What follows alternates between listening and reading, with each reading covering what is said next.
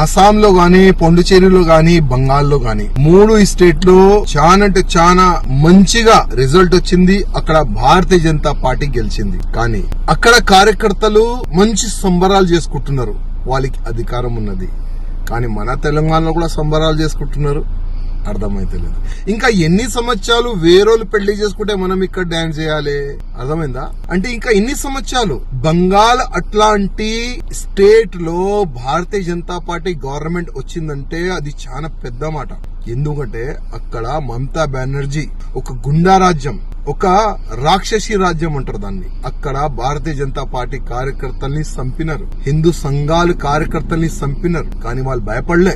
ఎట్టి పరిస్థితిలో బంగాల్లో Bharatiya Janata party government రావాలే, కాషాయం గవర్నమెంట్ రావాలని ఒక సంకల్పం పెట్టుకొని ప్రాణ త్యాగం పెట్టి వాళ్ళు పనిచేస్తున్నారు. అందుకోసం ఇవాళ బంగాల్లో భారతీయ జనతా పార్టీ గవర్నమెంట్ వచ్చింది. కానీ మన తెలంగాణలో కూడా ఇప్పుడు ఉన్న ప్రెసిడెంట్ కి మంచి ఫ్రీడమ్ ఇస్తే, రామచంద్రరావు గారికి మంచి ఫ్రీడమ్ ఇస్తే 100% తెలంగాణలో కూడా గవర్నమెంట్ వస్తుంది.